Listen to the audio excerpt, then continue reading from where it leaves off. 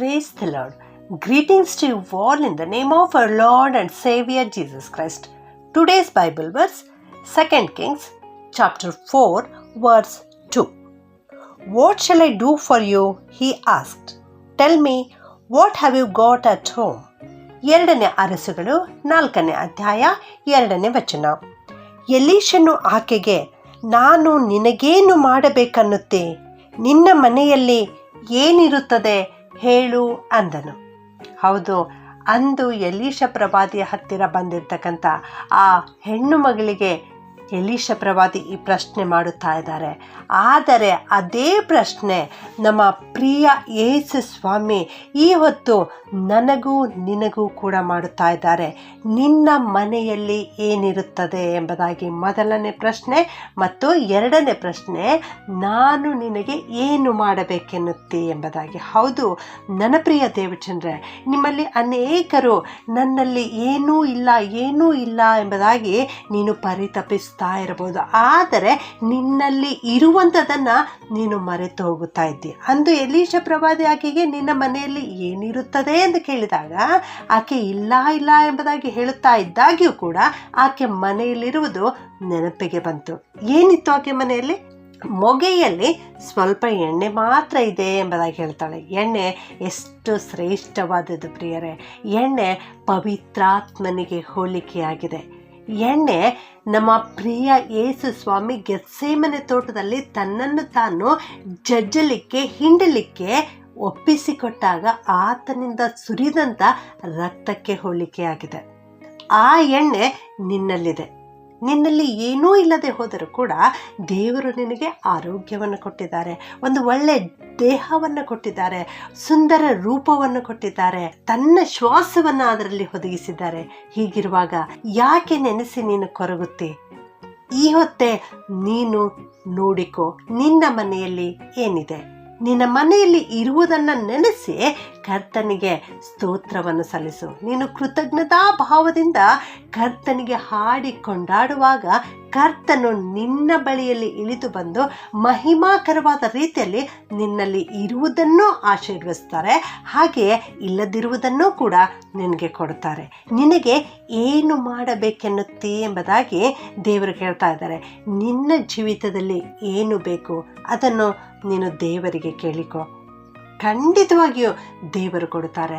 ಅಂದು ಆಕೆ ಹೇಳಿದಳು, ನನ್ನ ಮನೆಯಲ್ಲಿ ಸ್ವಲ್ಪ ಎಣ್ಣೆ ಮಾತ್ರ ಇದೆ ಎಂದಾಗ ಎಲೀಷ ಪ್ರವಾದಿ ಏನು ಹೇಳಿದರು? ನೀನು ನಿನ್ನ ನೆರೆಯವರ ಹತ್ತಿರ ಹೋಗಿ ಬರೀ ಪಾತ್ರೆಗಳನ್ನು ತೆಗೆದುಕೊಂಡು ಬಾ ಎಂಬುದಾಗಿ.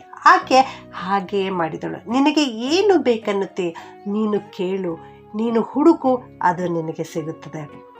ಆಕೆ ನೆರೆಯವರ ಹತ್ತಿರ ಹೋಗಿ ಬರೀ ಪಾತ್ರೆಗಳನ್ನು ತಂದು ತನ್ನ ಮನೆಯೊಳಗೆ ಬಂದು ಬಾಗಿಲನ್ನು ಮುಚ್ಚಿದಳು ಎಂಬುದಾಗಿ ನೋಡುತ್ತೇವೆ. ಮತ್ತು ತನ್ನ ಮಕ್ಕಳೊಂದಿಗೆ ಸೇರಿ ಆಕೆ ತನ್ನಲ್ಲಿರುವ ಎಣ್ಣೆಯನ್ನು ಆ ಬರೀ ಪಾತ್ರೆಗಳಲ್ಲಿ ಹಾಕಲಿಕ್ಕೆ ಪ್ರಾರಂಭಿಸಿದಳು. ಆಗ ಏನು ಆಶ್ಚರ್ಯವಾಯಿತು?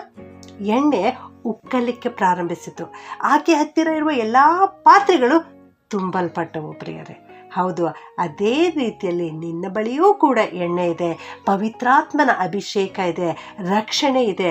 ನೀನು ಕೂಡ ಆ ಹೆಣ್ಣು ಮಗಳ ಹಾಗೆ ನಿನ್ನ ಮನೆಯೊಳಗೆ ಹೋಗು, ನಿನ್ನ ಬಾಗಿಲನ್ನು ಮುಚ್ಚು, ನಿನ್ನ ಕುಟುಂಬದವರೊಂದಿಗೆ ನಿನ್ನ ಮಕ್ಕಳೊಂದಿಗೆ ಸೇರಿ ನಿನ್ನಲ್ಲಿರುವುದನ್ನು ನೆನೆಸಿ ಕರ್ತನಿಗೆ ಕೃತಜ್ಞತೆಯನ್ನು ಸಲ್ಲಿಸಲಿಕ್ಕೆ ಪ್ರಾರಂಭಿಸು.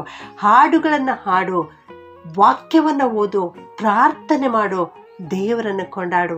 ಅಂದು ಆಕೆ ಮನೆಯಲ್ಲಿ ಅದ್ಭುತ ನಡೆದ ಹಾಗೆ ನಿನ್ನ ಮನೆಯಲ್ಲಿ ಅದ್ಭುತ ನಡೆಯುತ್ತದೆ. ದೇವರನ್ನು ನಂಬುವವರ ಹೊಟ್ಟೆಯೊಳಗಿಂದ ಜೀವಕರವಾದ ನೀರಿನ ಹೊಳೆಗಳು ಹರಿಯುವವು ಎಂಬುದಾಗಿ ದೇವರ ವಾಕ್ಯ ನಮಗೆ ತಿಳಿಸುತ್ತದೆ. ನೀನು ಕರ್ತನನ್ನು ನಂಬುವಾಗ ನಿನ್ನೊಳಗಿಂದ ಜೀವಕರವಾದ ನೀರಿನ ಹೊಳೆಗಳು ಹರಿಯುತ್ತವೆ. ಅಂದರೆ ಪವಿತ್ರಾತ್ಮನ ಅಭಿಷೇಕ ಇತರರ ಮೇಲೆ ಇಳಿಯುವಂಥದ್ದಾಗಿದೆ. ನೀನು ಪ್ರಾರ್ಥನೆ ಮಾಡುವಾಗ ಅದ್ಭುತಗಳು ನಡೆಯುವಂಥವುಗಳಾಗಿವೆ. ಆದ್ದರಿಂದ ನನ್ನ ಪ್ರಿಯ ದೇವಚಂದ್ರೆ, ಇನ್ನು ಮುಂದೆ ನೀವು ನಿಮ್ಮಲ್ಲಿ ಇಲ್ಲದಿರುವುದನ್ನು ನೆನೆಸಿ ಕೊರಗಬೇಡಿರಿ, ಚಿಂತಿಸಬೇಡಿರಿ.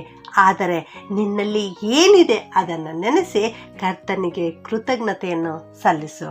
ಆಗ ಕರ್ತನು ನಿನ್ನ ಜೀವಿತದಲ್ಲಿ ಅದ್ಭುತವನ್ನು ಮಾಡುತ್ತಾರೆ. ಪ್ರಾರ್ಥನೆ ಮಾಡಿಕೊಳ್ಳೋಣ.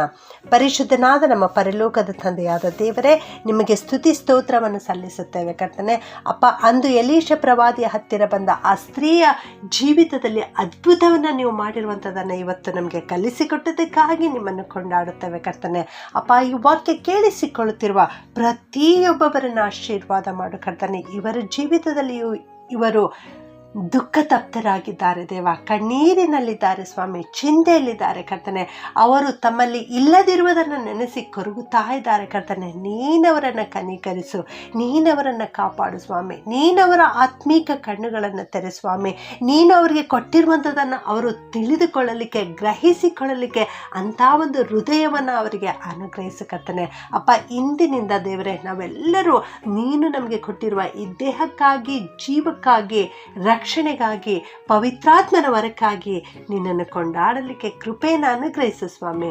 ನಾವು ಕೃತಜ್ಞತಾ ಭಾವದಿಂದ ತುಂಬಿದ ಹೃದಯವುಳ್ಳವರಾಗಿ ದೇವರೇ ನಿನ್ನನ್ನೇ ಕೊಂಡಾಡುತ್ತೇವೆ, ನಿನ್ನನ್ನು ಆರಾಧಿಸುತ್ತೇವೆ, ನಿನ್ನನ್ನು ಸ್ತುತಿಸ್ತೇವೆ ಸ್ವಾಮಿ. ನಮ್ಮ ಕೊರತೆಗಳೆಲ್ಲವನ್ನು ನೀಗಿಸಿ ಬೇಕಾಗಿರುವ ಆಶೀರ್ವಾದಗಳೆಲ್ಲವನ್ನು ಕೊಟ್ಟು ನಡೆಸಬೇಕಾಗಿ ಯೇಸುವಿನ ನಾಮದಲ್ಲಿ ಪ್ರಾರ್ಥಿಸಿ ಬೇಡುತ್ತೇನೆ ತಂದೆಯೇ, ಆಮೆನ್.